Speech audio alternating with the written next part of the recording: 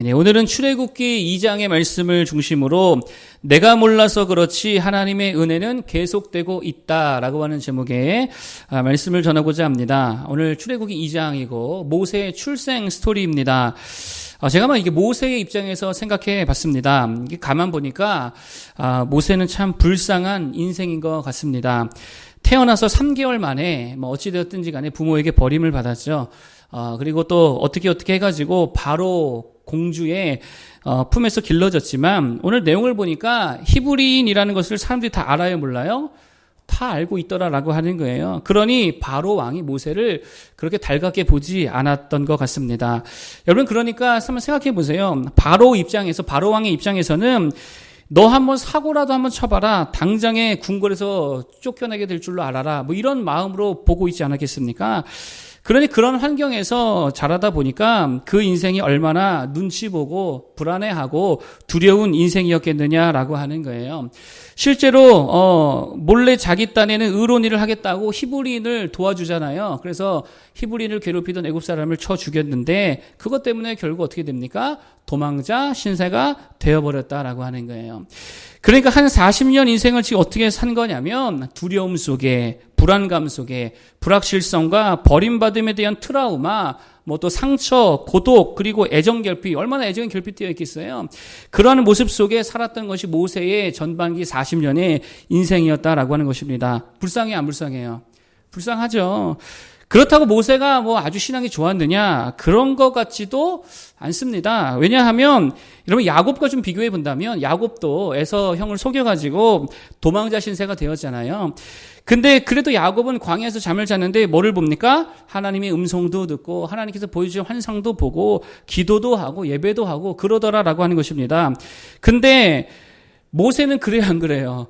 모세는 그런 장면이 별로 없더라라고 하는 것이죠. 그러니까 모세는 하나님께 대한 믿음도 이때까지만 해도 그렇게 좋아 보였던 것 같지는 않더라라고 하는 것입니다. 다시 말해 하나님께서 그와 함께 하심을 모세가 잘 인지하지 못하고 있었다라고 하는 것이죠. 은혜 받고 있다는 사실을 잘 몰랐다라는 것입니다. 그러니 맨날 두렵고 떨리고 불안하고 그러한 인생을 살아왔다라고 하는 것이죠. 그러나 우리가 내용을 다 아니까 오늘 2장의 내용의 주제가 뭡니까? 하나님이 모세와 함께 하셨다는 거예요. 이게 이 출애굽기 2장의 주제라는 것입니다. 하나님께서 모세에게 은혜를 주셨다는 거예요. 그것도 한 번만이 아니라 때마다 일마다 무슨 일이 일어날 때마다 은혜를 주세요, 안 주세요? 은혜를 주셨다는 거예요. 여러분, 그러므로 우리가 붙들어야 될 게 뭐냐? 내가 다 알지는 못해도, 내가 명확하게 다 볼 수는 없어도 확실한 거 하나가 뭐냐면 여전히 주님이 주시는 은혜가 나에게 계속되고 있다는 거예요. 여러분, 이거 붙들기를 바랍니다. 이거 바라보기를 바랍니다. 이거 믿어야지요. 어쩌다 잘 된 게 아니라는 거예요. 어쩌다가 위기 한번 벗어난 게 아니라는 거예요. 그게 운이 좋았던 게 아닙니다. 그게 뭐였다는 거예요?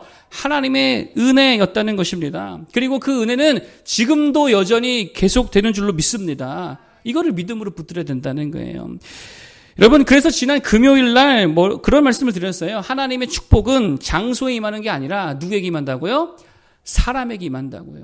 장소에 임하는 게 아니라 사람에게 임합니다. 무슨 말입니까? 특정한 장소에 가야 복을 얻는 게 아니라는 거예요. 특정한 사람이 가는 곳마다 하나님의 은혜와 복이 임한다라고 하는 거예요. 우리 예수늘 교회에 하나님의 복이 임하는 것은 우리가 여기 있기 때문이 아니라는 것입니다. 우리 중에 여러분 중에 누군가가 하나님의 큰 복을 받은 사람이라서 그 사람 때문에 우리 예수를 교회가 함께 복을 얻는 줄로 믿습니다. 그런 모두가 되기를 축복합니다. 교회에 복이 임하게 하는 사람이 되어야지요. 가정에 복이 임하게 하는 모두가 되기를 바라겠습니다. 우리 그 하나님의 은혜에 대한 몇 가지를 좀 함께 살피고자 합니다. 첫 번째는 이겁니다. 내 품을 떠나야 오히려 더 안전하더라. 이런 거예요. 무슨 말입니까? 내 품이 사실상 더 위험하다는 거예요. 내 생각이 훨씬 더 난처한 생각이더라라고 하는 것입니다. 내 계획이 나를 더 힘들게 할 때가 있더라라고 하는 거예요. 자, 오늘 본문에 보니까 한 레위 여자가, 그러니까 모세 엄마죠. 모세 엄마가 모세를 낳습니다. 낳아 보니까 아이가 너무 잘생긴 거예요. 너무 이게 훤칠하게 생긴 거예요. 준수한 거예요. 너무 귀한 거예요. 그런데 지금 어떤 상황이냐면 애굽 군인들이 집집마다 찾아다니면서 히브리인들이 아들만 낳으면 다 어떻게 하고 있습니까? 다 죽여버리고 있다라고 하는 것입니다. 그러니까 이 준수한 아들을 위대하게 쓰임받을 것 같은데 꼭꼭 숨겨서 몇 개월을 키워요? 3개월 동안 꼭꼭 숨겨가지고 키웠다라고 하는 거예요. 그런데 이제는 더 이상 숨길 수가 없게 되니까 갈대 상자에 아이를 담아다가 나일 강가에 사실상 버려둔 거죠. 이렇게 버려두게 되었습니다. 그랬을 때 누가 와서 그 아이를 건져냅니까? 바로의 공주, 이집트 왕의 공주가 모세를 건지게 되더라라고 하는 거예요. 그리고 나서 바로의 궁궐에서 몇 년을 삽니까? 40년을 살아요. 여러분 잘 보세요. 엄마는 몇 개월 키웠는데 3개월 키웠는데 엄마 손 벗어나니까 내 손을 벗어나니까 몇 년을 크더라? 40년을 크더라. 그리고 우리가 아는 대로 애굽의 궁궐에서 궁궐 교육을 받았다라는 거 아닙니까? 엘리트 교육을 받으면서 40년을 자랐다라고 하는 것입니다. 만약에 모세 엄마가 계속 자기가 키웠다면 어떻게 되었을까요? 그렇죠? 어떻게 되면 어떻게 돼요? 걸려가지고 죽었겠지요. 비극적으로 끝났겠지요. 아니 혹시 걸리지 않았다 하더라도 별 볼 일 없는 아이로 키웠겠지요. 이름도 기록되지 않을 그냥 살다가 죽어버린 히브리인 중에 한 사람이 되었겠지요. 그런데 엄마 손을 벗어나고 내 계획과 내 생각을 벗어나서 하나님의 계획으로 하나님의 생각으로 하나님의 인도하심 따라 아이가 자라니까 더 안전하고 더 강력하고 더 위대한 하나님의 종으로 길러지더라라고 하는 것입니다. 무슨 말입니까? 이걸 좀 확장시키면 이런 거죠. 내 생각, 내 계획, 내 상식, 내 관점, 내 가치관, 내 교육 철학, 기타 등등이 늘 좋은 거 아니라는 거예요. 그걸로만 살면 안 된다라는 것입니다. 너무 그거 믿지 말라는 거예요. 그럼 뭘로 살아야 합니까? 하나님의 은혜로 살아야 될 줄 믿습니다. 계획대로 되는 게 잘 되는 것 같죠? 내가 세운 계획대로 되는 게 잘 되는 것 같죠? 그렇지 않다라고 하는 거예요.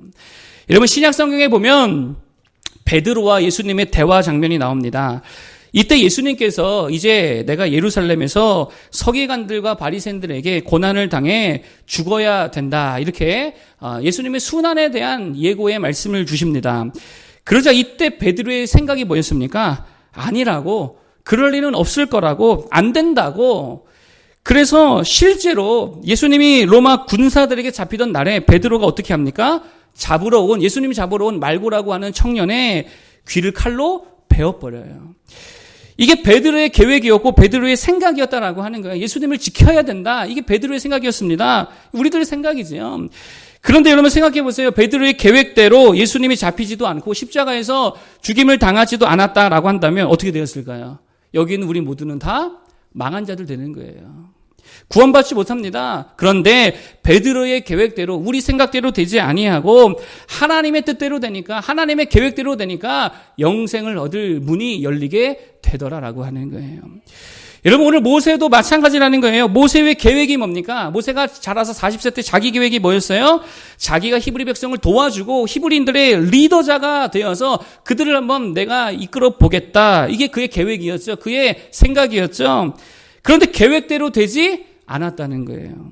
애굽인을 죽인 게 탄로가 나가지고 도망자 신세가 되었습니다. 여러분 그런데 잘 보세요. 만약에 이때 자신이 계획한 대로 다 되었다라고 한다면 어떻게 됐을까요? 군사 쿠데타는 했겠죠. 근데 애국 군대에게 망했을 수 있다는 것입니다. 반란군 돼가지고 다 진압당하고 오히려 더 악한 일들이 일어나게 될 수 있었다라고 하는 거예요. 그런데 자기의 생각과 자기 계획대로 안 되었더니 40년 후에 어떤 모습으로 돌아옵니까? 하나님의 위대한 권능의 지팡이를 들고 하나님의 권세자의 모습으로 돌아오게 되더라는 거예요. 군사 쿠데타가 아니라 하나님의 권능이 애굽에 부어져가지고 더 쉽게 더 강력하게 출애굽하게 되는 역사를 기록하게 되더라라고 하는 것입니다. 여러분 뭐가 더 강력합니까? 뭐가 더 안전합니까? 뭐가 더 큰 열매를 맺습니까? 내 계획, 내 생각에서 떠났을 때에 하나님의 계획에 붙들린 바 되고 하나님의 생각에 붙들린 바 될 때에 더 강력하고 더 안전하고 더 큰 열매 맺게 될 줄로 믿습니다. 자녀가 내 마음대로 이렇게 안 되지요. 또 사업도 그렇지 않습니까? 내 마음대로 잘 안 됩니다. 목회자잖아요. 목회가 내 마음대로 됩니까? 내 마음대로 안 되지요. 어쩌다 목사님 만났는데 다들 코로나 얘기하더라고요. 코로나 때문에 우리 교회 분위기 좋았는데 코로나 때문에 분위기 팍 죽었다고 다 그 얘기 하시더라고요. 그러면 불안해할 게 아니라 내 계획대로 안 되었다고 불안해할 게 아니라 불평할 게 아니라 어떻게 된다고요? 오히려 하나님을 기대하시기 바랍니다. 하나님의 계획대로 되고 있구나. 더 잘 되겠구나. 더 좋은 길로 인도하시겠구나. 내가 알지 못한 더 선한 길로 하나님께서 나를 붙들어 주시겠구나 라고 하며 기대할 수 있는 모두가 되기를 축복합니다. 그게 필요하다는 거예요. 여러분, 우리나라 최초의 순교자 선교사 계십니다. 토마스 선교사님이죠. 내용은 다 아실 텐데 이분이 원래 처음부터 한국 선교사로 되려고 했던 게 아닙니다. 원래는요, 중국 선교에 대한 비전을 갖고 있었어요. 나는 중국 선교사가 되겠다. 그리고 실제로 중국 청나라의 선교사로 파송을 받습니다. 그런데요, 자기 계획대로 잘 되지 않았어요. 수개월 동안 배를 타고 갔는데 너무 그게 고된 여행이어서 도착하고 며칠 되지 않아 함께 했던 아내가 죽어버립니다. 가자마자 아내가 죽으니까 얼마나 상심이 되겠어요. 얼마나 선교할 만 안 나겠습니까? 계획대로 안 되더라는 거예요. 그리고 나서 그래도 한번 해보겠다라고 하고 있는데 당시에 상해 주재의 선교사였던 무어헤르 선교사가 있었습니다. 그분과 엄청난 불화에 휩싸이게 되어집니다. 이 정도 되니까요, 토마스가 좌절을 합니다. 낙심하게 되어집니다. 에라이, 때려쳐야겠다. 못해먹겠다. 이래가지고요, 선교사는 이제 그만두고 그냥 난 여기서 통역일이나 해야겠다 해가지고 통역하면서 돈 벌고 있었다라고 하는 거예요. 근데 그러다가 흥선대원군 때 박해받은 조선인 천주교인을 중국에서 만나게 되어집니다. 그들을 만나고 얘기하면서 갑자기 한국 선교에 대한 열정이 다시금 막 일어나게 되었다라고 하는 거예요. 그리고 제너럴 셔먼 호에 우리가 알고 있는 대로 성경을 싣고 타고 와가지고 성경 뿌리고 순교 당하여서 이 땅에 하나님의 교회가 세워지는 놀라운 일에 쓰임을 받게 되었다라고 하는 것입니다. 여러분 잘 보세요. 토마스 선교사 계획대로 됐어요, 안 됐어요? 계획대로 안 됐습니다. 그런데 오히려 그것을 통해서 하나님께서 더 큰 일을 이루어 가시더라는 거예요. 여러분, 그러므로 계획을 세우고 작전을 짜고 전략을 짜되 그대로 안 되었다고 너무 실망하거나 좌절하지 말자라고 하는 거예요. 하나님께는 더 좋은 계획이 있는 줄로 믿습니다. 하나님께는 더 안전한 길이 있는 줄로 믿습니다. 하나님은 이미 더 큰 그림을 그리고 계시다라고 하는 거예요. 그거 믿고 하나님 따라갈 수 있는 우리 모두가 되기를 바라겠습니다. 하나님의 은혜가 그렇게 임한다는 거예요. 두 번째로 말씀드릴 것은 이런 겁니다. 하나님께서는 모든 것을 다 통하여서 은혜를 부어주신다는 거예요. 모든 것을 통하여서 은혜를 부어주시더라. 자, 모세가 오늘 처음으로 은혜 받은 게 뭐 때문입니까? 한번 읽어보겠습니다. 2절. 자, 모세가 처음 이제 은혜를 얻는 장면인데요. 자, 2절을 한번 읽어보겠습니다. 한번 읽어주세요. 2절. 시작.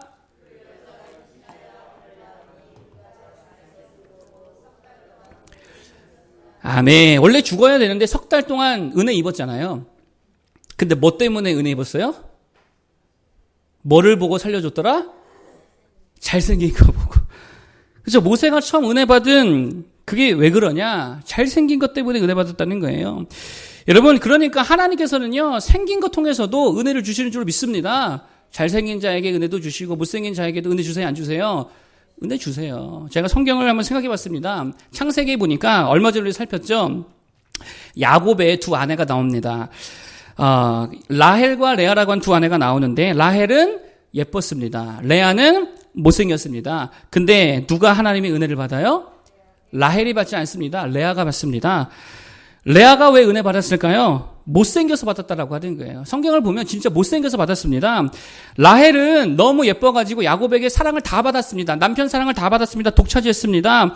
그런데 레아는 원래가 첫째 부인이 레아잖아요.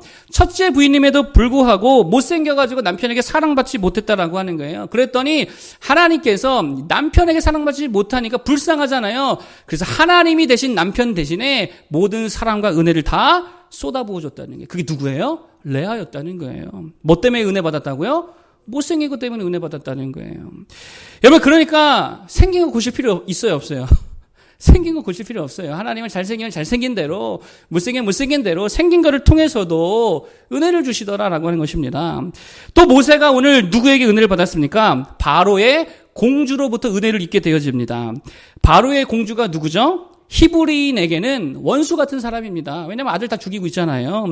그런데 그 원수로부터 오히려 큰 은혜를 입게 되더라는 거예요.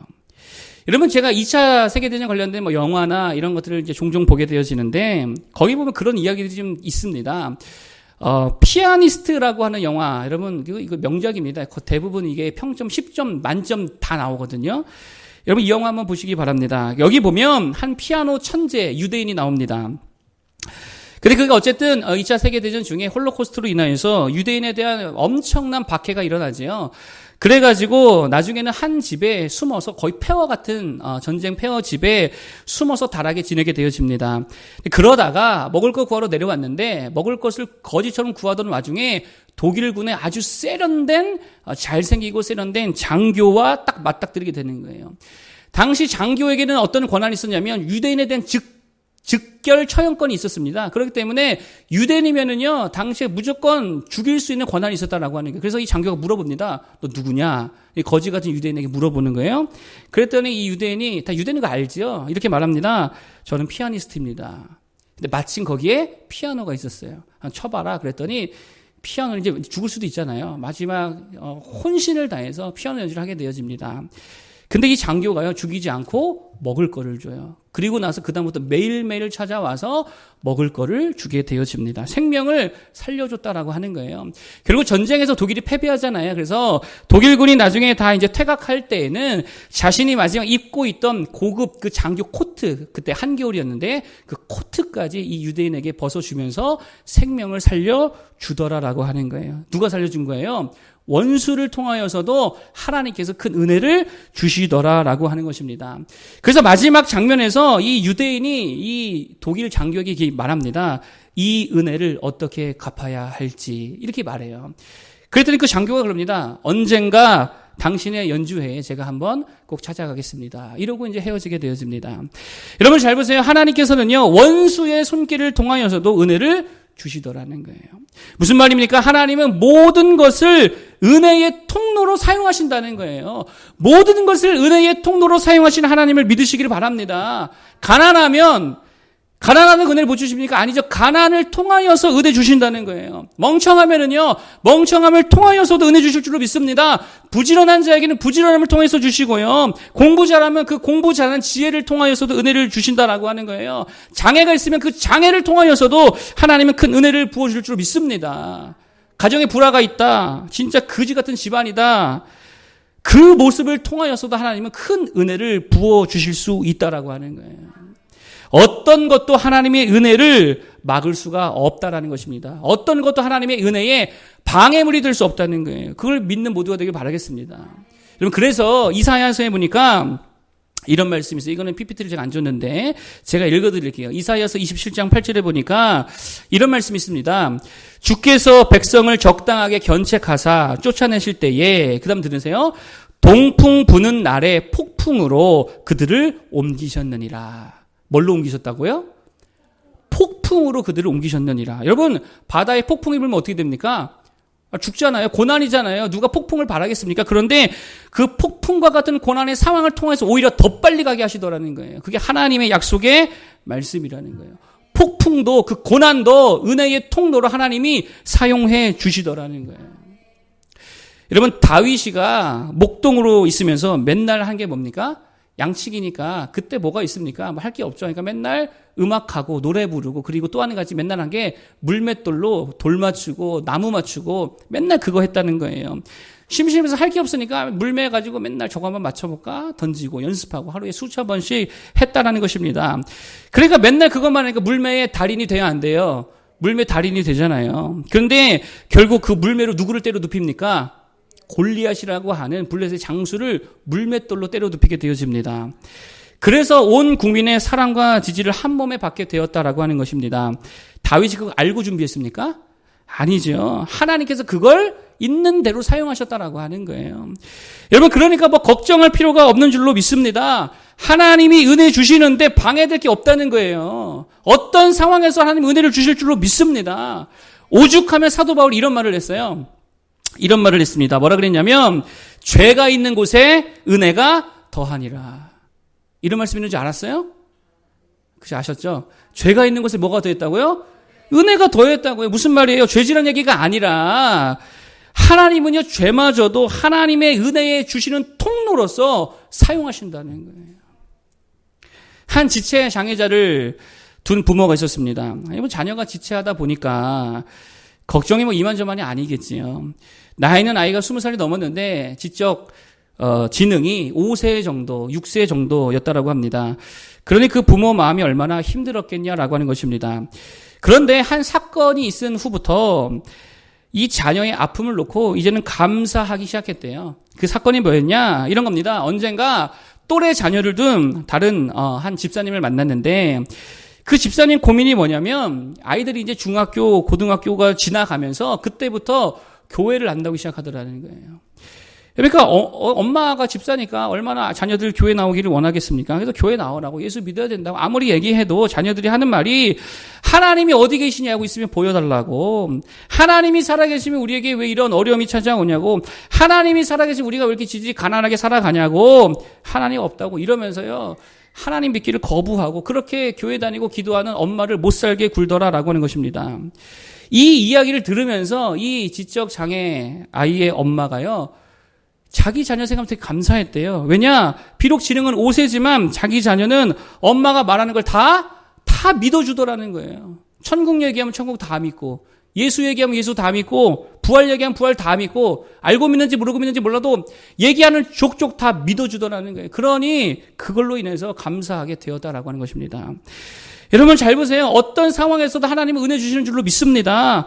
그러므로 여기서 중요한 게 뭐냐? 두 가지 태도가 우리에게 필요한데, 하나는요, 무슨 일이 있어도 어떤 일이 일어나도 원망하지 말라는 거예요. 하나님의 은혜가 남아있는 줄로 믿습니다. 뭘 원망해요? 뭘 불평합니까? 하나님을 기대해야지요. 부모 원망, 남편 원망, 아내 원망, 친구 원망, 돈 떼먹은 놈 원망, 교통사고 낸 사람 원망, 그거 하지 말라라는 것입니다. 왜 원망하지 말아야 합니까? 여러분, 그것 때문에 망하지 않는다는 거예요. 그 사람 때문에 망하지 않습니다. 그때 그 일로 망하지 않습니다. 하나님은 그보다 더 위대하신 줄로 믿습니다. 하나님 더 큰 은혜를 우리에게 부어주실 수 있다라고 하는 거예요. 하나님은 그 원망할 일을 통하여서도 우리에게 은혜 주시는 줄로 믿습니다. 그렇기 때문에 원망하지 말아야 되는 거고, 두 번째 태도는 진취적인 태도를 가져야 된다는 거예요. 하나님이 은혜 주신다면 전진하는 거죠. 머물러 있을 게 아니라 달려가야 될 줄로 믿습니다. 두려울 게 뭐가 있어요? 하나님 함께 하시는데요. 은혜 주시는데요. 도약하는 거죠. 도전하는 거죠. 은혜 구하며, 능력 구하며, 기도하면서 새롭게 시작하는 거예요. 진취성이다라고 하는 것입니다. 경제학자 마이클 하우스먼이라는 사람이 있었어요. 이 사람이 자기 직원들이 이렇게 좀 많이 있었는데, 직원들의 재직 기간이 왜 그렇게 다른지가 궁금했대요. 그러니까 어떤 사람은 1, 2년 만에 이직을 하고, 어떤 사람은 5년 이상 이렇게 오랫동안 근무하는 이유가 뭘까? 이 두 그룹의 차이가 뭘까? 이게 궁금해가지고 연구를 했습니다. 먼저 가설을 세웠습니다. 어떤 가설을 세웠느냐? 이전 회사에서도 일찍 이렇게 이직을 한 사람들, 일찍 회사를 그만둔 사람들은 아마 또 다른 회사에 가서도 그럴 것이다 라고 하는 가설을 세웠는데, 이거는 맞지 않았대요. 그거는 별로 근거가 없더라라고 하는 것입니다. 그랬는데 그런 와중에 매우 놀랄만한 통계를 하나 발견하게 되어지는데, 그게 뭐냐면 이직을 빨리 하는, 그러니까 회사를 빨리 그만두는 사람들은요 대체로 인터넷 익스플로러를 사용하고, 이제 나이신 분들 좀 모를 것 같아요. 익스플로러는 프로그램이 있습니다. 인터넷 프로그램 중에 익스플로러를 사용하고, 오랫동안 근무하는 사람들은요, 5년 이상 재직한 사람들은요 크롬을 쓰더라는 거예요. 이상하죠? 어떤 건 둘 다 똑같이 인터넷 되는 건데 프로그램이 다른 거거든요. 하나는 크롬이고 익스플로러고. 이게 도대체 어떤 상관관계가 있는지를 더 긴밀히 연구했다는 것입니다. 결론은 이겁니다. 인터넷 익스플로러를 쓰는 사람들은 컴퓨터에 그냥 깔려있는 대로 그냥 썼다라고 하는 거예요. 그러니까 자기 컴퓨터를 주잖아요, 회사에서. 근데 그 컴퓨터 기본적으로 깔려있는 그대로 사용한 사람들이고, 크롬을 사용한 사람들은요, 어떤 사람들이냐, 준 대로 쓴 것이 아니고 자기가 직접 다운을 받아가지고 더 이것이 빠르고 더 이것이 간편하고 더 이것이 적합하기 때문에 그것을 찾아서 다운받아 썼다라고 하는 거예요. 그러니까 이런 거죠. 크롬을 쓰는 사람들의 태도는 진취적인 태도를 갖고 있는 성향이었다는 거예요. 익스플로러를 갖고 있는 사람들은요, 진취적이지 못하고 굉장히 정체적인 태도를 가지고 살아가던 사람이더라라고 하는 것입니다. 그러니까 크롬이나 익스플로러나 결국 이거 현상이고 본질이 뭐냐? 태도였다는 거예요. 그래서 더 조사해 봤더니 이 진취적이고 주도적인 그룹은요, 모든 일들을 다 그 태도로 했다는 거예요. 모든 일들을, 상품을 팔 때도 그렇게 진취적으로, 주도적으로. 고객과 상담할 때도 그렇게 하고요. 어떤 문제 상황 때도 진취적이고 주도적으로 해결해 갔다라고 하는 것입니다. 그런데 익스플로러를 쓰던 이 그룹들은요, 되게 어땠냐? 모든 일을 다 정체적으로 했다는 거예요. 수동적으로 했다는 거예요. 그래서 이직률도 높고 실적도 안 좋고 근태도 엉망이고 또 위기관리 능력, 작업 수행 능력이 다 현저하게 떨어졌다는 거예요. 조금만 낙심돼도 쉽게 일을 그만두더라라고 하는 것입니다. 여러분, 하나님의 은혜가 우리 모든 삶에 임한다고 믿는다면 어떤 태도로 살아가야 돼요?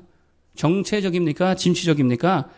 진취적이고 주도적인 태도로 살아가야죠. 왜요? 하나님 나와 함께 하실 때 뭐가 무서워요? 막 도전하는 거죠. 막 시도하는 거죠. 하나님이 내가 하는 이 일에 은혜 주실 거야. 하나님이 나에게 반드시 필요한 능력을 주실 거야. 하나님이 반드시 필요한 지혜를 주실 거야. 감당할 힘을 주실 거야. 좋은 길로 인도해 주실 거야. 좋은 만남을 주실 거고 좋은 또 필요를 따라 구할 때마다 하나님 그 모든 것을 채워 주실 거야 라고 하는 믿음을 가지고 진취적으로 전진해 가야 된다라는 것입니다. 여러분, 그러면 하나님의 은혜도 있고 그런 좋은 태도도 있다면 망할 일이 없지요. 죽을 일이 없지요. 무너질 일이 없지요. 야곱의 이야기를 보세요. 요셉의 이야기를 보세요. 제발 성경 좀 읽어보세요. 하나님의 은혜를 믿었던 사람들이 얼마나 진취적으로 전진해 가며 살아가고 있냐라고 하는 거예요. 그러니 은혜 받고 축복받고 능력받고 열매 거두더라라고 하는 것입니다. 하나님의 은혜가 우리의 삶을 덮고 있는 줄로 믿습니다. 실제하는 줄로 믿습니다. 그 믿음으로 원망하지 말고 전진해 갈 수 있는 모두가 되기를 축복합니다. 마지막 세 번째 은혜에 대해서 말씀드릴 게 뭐냐? 하나님의 예비하신 은혜가 있는데 그 예비하신 은혜가 연속된다는 거예요. 예비하신 은혜가 어떻게 된다고요? 연속된다는, 계속된다는 거예요. 여기서 강조하고 싶은 건 은혜의 연속성입니다. 한 번만 은혜 주시고 마는 것이 아니라 계속 부어 주시더라라고 하는 거예요. 이게 하나님의 속성이고요. 하나님의 은혜의 속성인 줄로 믿습니다. 오늘 모세를 보세요. 석 달 동안 산 것도 은혜잖아요. 그렇지 않습니까? 갈대 상자에 담아 버렸습니다. 근데 공주를 통해 구원받았습니다. 은혜죠. 그리고 그의 어머니가 다시 젖을 먹이도록 하나님께서 예비해 주셨습니다. 은혜지요. 장성한 후에 애굽에서 쫓겨 나왔을 때에도 미디안 제사장을 예비해 주셨습니다. 그리고 거기에 시보라라 하는 여인을 예비해 주셨습니다. 그리고 나중에 80세에 애굽에 돌아왔을 때에 아론과 미리암이라고 하는 동역자를 주님께서 예비해 주셨다라고 하는 거예요. 가는 곳마다 뭐가 있습니까? 하나님의 예비하시는 은혜가 연속적으로 일어나더라라고 하는 거예요. 여러분 잘 보세요. 하나님의 은혜는 연속적입니다. 하나님의 예비하심이 계속되고 있다는 거예요. 그거 붙들기를 바라겠습니다. 여러분 이스라엘 광야 시절 출애굽기 민수기 읽어보세요. 하나님의 은혜가 한 번 주어져요. 계속돼요. 계속되잖아요. 이 불평 원망 덩어리 이스라엘 백성들에게 계속 은혜가 부어지잖아요. 물이 없으면 물 주시고 떡이 없으면 하늘로부터 만나를 내려주시고 더우면 구름 기둥으로 추우면 불 기둥으로 하루만 이렇게 된 게 아닙니다. 40년 내내 한 번도 빼놓지 아니하시고 하나님께서 연속적인 은혜를 부어주셨다라고 하는 거예요. 이게 하나님의 은혜입니다. 그 하나님의 은혜가 지금도 여전히 우리와 함께하는 줄로 믿습니다. 언젠가 제가 말씀드렸죠. 새벽에 초대교부 중에 여자분이 한 분 계셨어요. 교부인데 왜 여자지? 지금 좀 이상하네. 어쨌든 교부 중에 여자분이 한 분 계셨습니다. 헤르마스. 이 여인이 쓴 헤르마스의 목자라고 하는 책이 있습니다. 그게 당시에 요한계시록이 아직 이게 정경이냐 아니냐를 두고 이제 논란이 있을 때인데 헤르마스의 목자가 정경이다. 이게 진짜 성경이다.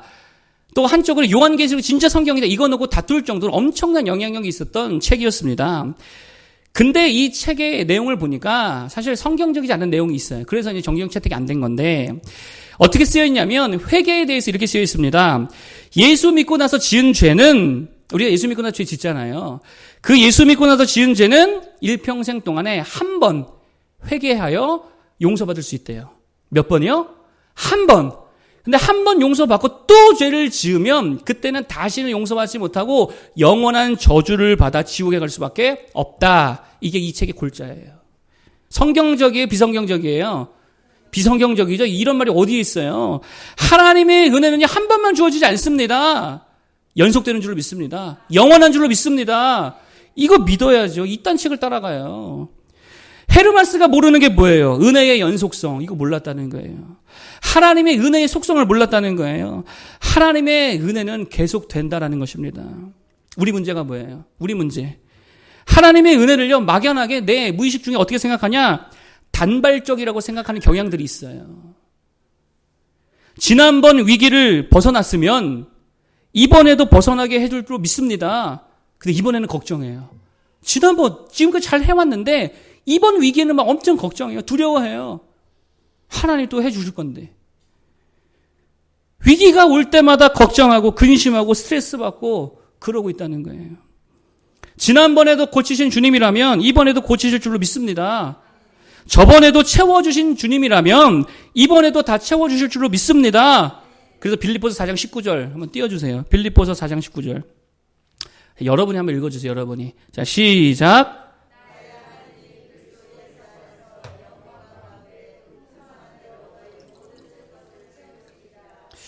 아멘. 다시 한번 읽어볼까요? 시작. 나의 하나님이 그리스도 예수 안에서 영광 가운데 그 풍성한 대로 너희 모든 쓸 것을 다 채우시리라. 너희 어떤 쓸 것을? 모든 쓸 것을 채우시리라. 다 채우신다는 거예요. 또 채우신다는 거예요. 또 채우신다는 거예요. 영원토록 채워줄 줄로 믿습니다. 그러므로 여기서 중요한 게 뭐예요? 하나님께서 계속적인 은혜를 부어주신다면 우리도 계속적으로 그 은혜를 구해야죠. 구해야죠. 우연으로 치부할 게 아니라 계속 구해야 될 줄로 믿습니다. 때마다 일마다 기도해야 될 줄로 믿습니다. 이게 되게 중요하다는 거예요. 여러분, 그래서 우리가 좋아하는 성경, 우리가 늘 수련회 같은 데 가면 암송하는 성경 구절이죠. 빌립보서 4장 6절 전반절입니다. 한번 같이 읽어볼까요? 시작. 아무것도 염려하지 말고 다만 모든 일에 기도와 간구로 너희 구할 것을 감사함으로 하나님께 아뢰라. 다시요. 아무것도 염려하지 말고 다만 어떤 일에? 모든 일에. 모든 일에요. 모든 일에. 모든 일에 뭐 하라고요? 기도하며 은혜를 구하라는 거예요. 그러면 하나님께서 그 은혜를 부어주실 줄로 믿습니다. 은혜는 단발적이지 않다는 거예요. 연속적인 줄로 믿습니다. 조지 뮬러의 기도의 특징 중에 하나가 그거잖아요. 사소한 것까지도 다 기도했대요. 사소한 것까지도 기도했대요. 한 번은 창고에 들어갔다가 열쇠가 떨어뜨려가지고 못 찾겠더래요. 도저히 어디로 갔는지. 뭐 했을까요?